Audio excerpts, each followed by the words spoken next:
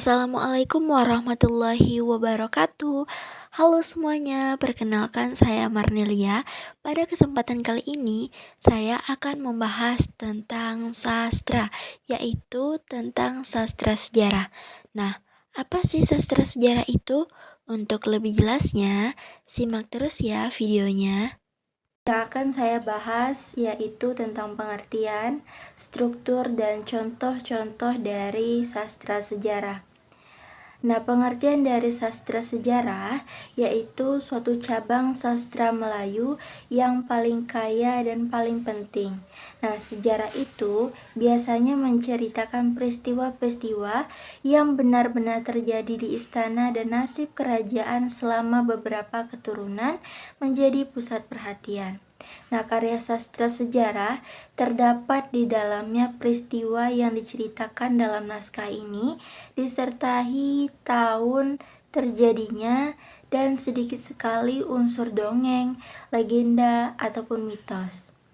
Sejarah ialah juga disebut sebagai sesuatu yang terjadi kepada manusia, dan para sejarawan mentakrifkan sejarah sebagai suatu kumpulan kenyataan manusia dan perkembangannya.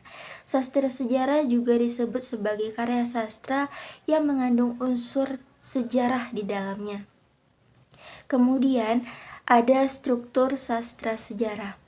Susunan atau struktur sastra sejarah atau pensejarahan Melayu biasanya terdiri dari dua bagian.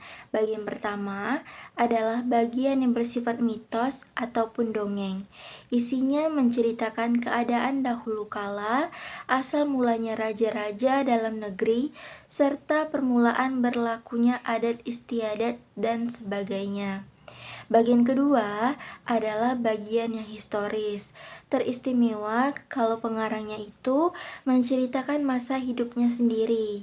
Walaupun demikian, cerita-cerita yang merugikan raja yang memerintah diringkas ceritanya atau dikesampingkan. Nah, dalam segi-segi tertentu, sastra Melayu sama dengan sastra Jawa. Karena kenapa? Karena kedua-duanya bertujuan menerangkan sifat-sifat ketuhanan dari raja dan fungsinya.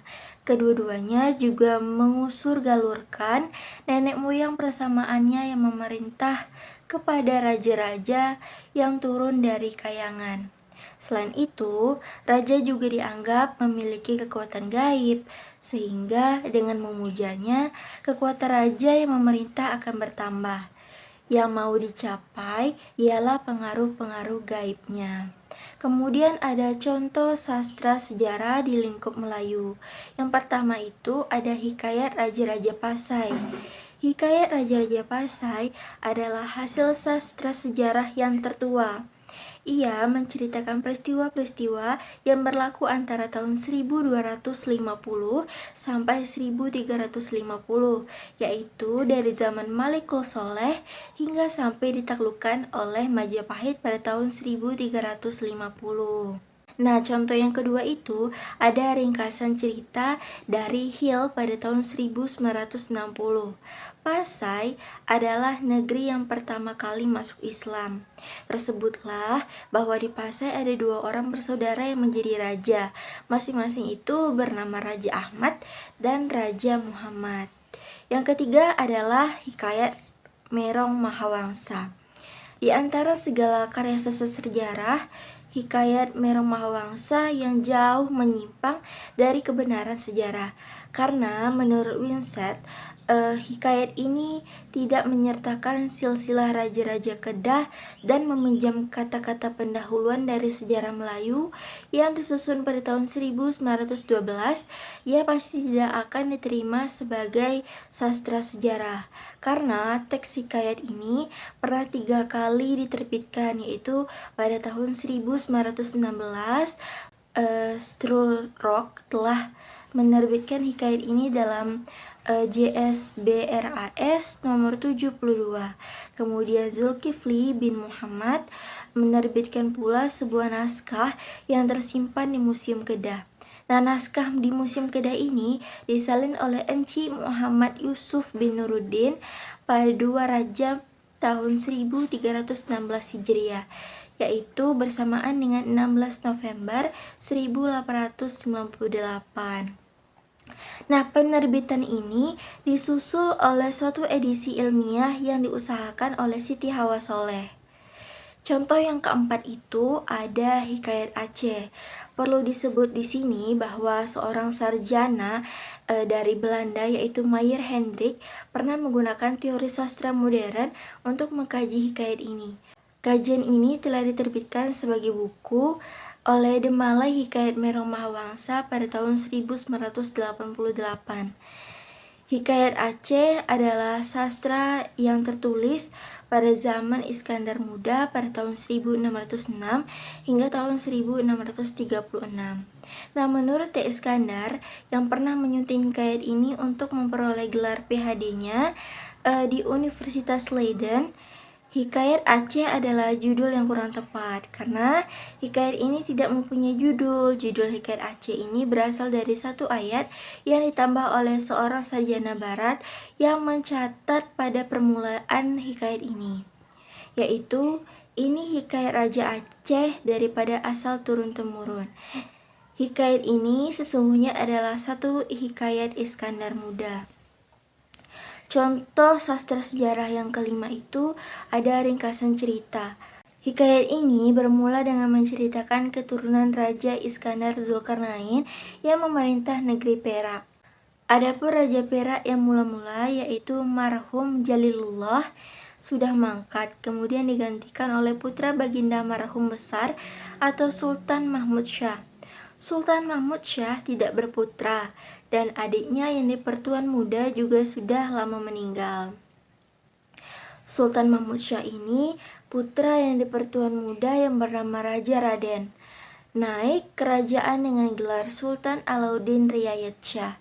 Raja Raden mangkat dan digantikan oleh adiknya yaitu Raja Inu. Gelarnya di atas kerajaan ialah Sultan Muzaffar Syah, baginda berkerajaan di Brahmana Indra. Kemudian yang keenam itu ada Hikayat Negeri Johor. Dengan Hikayat Negeri Johor ini, kita telah memasuki zaman baru dalam penulisan sastra sejarah. Sebelum hikayat ini, sastra sejarah selalu bermula dengan cerita-cerita rakyat, dongeng ataupun mitos.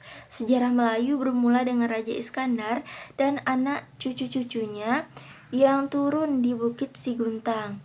Baik hikayat Raja-Raja Pasai maupun hikayat Aceh bermula dengan Putri Bulu Betung yang melahirkan anak raja. Tetapi hikayat Negeri Johor ini mulai dengan suatu kejadian sejarah yaitu Johor dikalahkan oleh Jambi. Ini adalah salah satu peristiwa sejarah. Puncak dari peperangan ini juga dapat diketahui yaitu pada masa itu Bendahara Johor berselisih paham dengan Laksamana Paduka Raja. Laksamana ingin menambah pengaruhnya dan mempersembahkan putrinya kepada Baginda. Yang menarik ialah hubungan hikayat ini dengan Tuhfat Al-Nafis, karena menurut Ismail Hussein, sebagian besar kira-kira 70% dari bahan di dalam hikayat Negeri Johor terdapat dalam 2/3 bagian pertama Tuhfat Al-Nafis. Pengarang Tuhfat Al-Nafis pasti ada menggunakan hikayat Negeri Johor sebagai sumbernya. Nah, salah satu hikayat ini yang dianggap paling sempurna tertulis di Riau, mungkin oleh Raja Ali atau atas perintahnya. Kemudian yang ketujuh itu ada silsilah Melayu dan Bugis. Nah, silsilah Melayu dan Bugis dan segala raja-rajanya ialah salah satu hikayat yang mengisahkan kegiatan orang-orang Bugis di Nusantara. Hikayat atau silsilah ini menceritakan kegiatan orang-orang Bugis di Kalimantan, Kepulauan Riau, serta Semenanjung Melayu sampai tahun 1737. Kemudian yang ke-8 itu ada Tuhfat Al-Nafis. Tuhfat Al-Nafis adalah karya sastra yang paling penting sesudah sejarah Melayu. Ia menceritakan silsilah raja-raja Melayu, Bugis, Siak, dan Johor sampai kepada Singapura yang didirikan oleh Raffles. Semua peristiwa yang dicatat itu ada diberikan tarik yang tepat. Secara yang bersifat dongeng hampir tidak ada karena berbagai sumber sejarah yang dipakai juga ada disebutkan oleh pengarangnya. Kadang-kadang ia memberikan 2-3 tafsiran terhadap suatu peristiwa yang dikutip dari beberapa sumber. Nah, satu lagi keistimewaan karya Tufat Al-Nafis ini adalah Bugis sentris, yaitu mengagungkan orang Bugis. Kemudian yang kesembilan yaitu Hikayat Banjar dan Kota Waringin.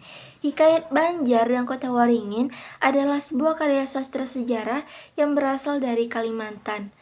Sejak lama, hikayat ini telah menarik perhatian para sarjana, karena pada permulaan abad ke-119, Ratles sudah meminta Sultan Pontianak mencarikan naskah ini. Sesudah itu, hikayat ini berkali-kali menjadi sumber sejarah yang kaya bagi para penulis sejarah Kalimantan. Yang ke-10 itu adalah Hikayat Patani. Patani, sebuah kota kecil di bagian selatan Siam. Pada suatu masa dulu, adalah sebuah kerajaan Melayu yang lengkap dengan pelabuhan serta sibuk dengan perdagangan asingnya. Tentang hal ini dapat kita baca dalam Hikayat Patani yang telah diselidiki oleh Athew dan Dekawiyat, Flay dan Wiyat tahun 1970. Yaitu paling sedikit ada 3 naskah Hikayat Patani. Naskah pertama yaitu naskah A adalah naskah yang disalin oleh Munshi Abdullah di Singapura pada tahun 1819 untuk Tuan North. Naskah Amki tersimpan di sebuah perpustakaan Washington DC, yaitu kemudian naskah yang kedua, naskah B adalah pasah yang diperoleh oleh Westcott pada tahun 1899 semasa ia tinggal di Patani. Nah, naskah ini kini tersimpan di Universitas Oxford. Naskah ketiga yaitu naskah T. Naskah T ini ialah naskah yang berasal dari seorang pegawai Thai yang tinggal di Songkala. Naskah yang dipercaya berasal dari istana Islam ini telah disalin ke dalam bahasa Thai untuk Raja Rama yang mengunjungi Patani pada tahun 1928. Kemudian yang terakhir, contoh terakhir dari sastra sejarah yaitu Hikayat Hang Tuah.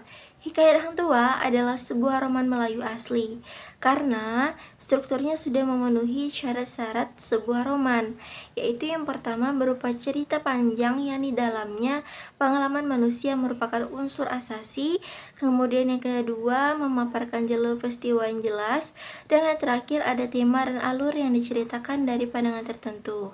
Nah, Hikayat Hang Tuah ini juga ada penulis yang menganggapnya sebagai hikayat sebuah epik. Sekian pembahasan tentang sastra sejarah. Belajar sejarah, dalam sejarah terletak semua rahasia tata negara. Sekian dan terima kasih. Wassalamualaikum warahmatullahi wabarakatuh.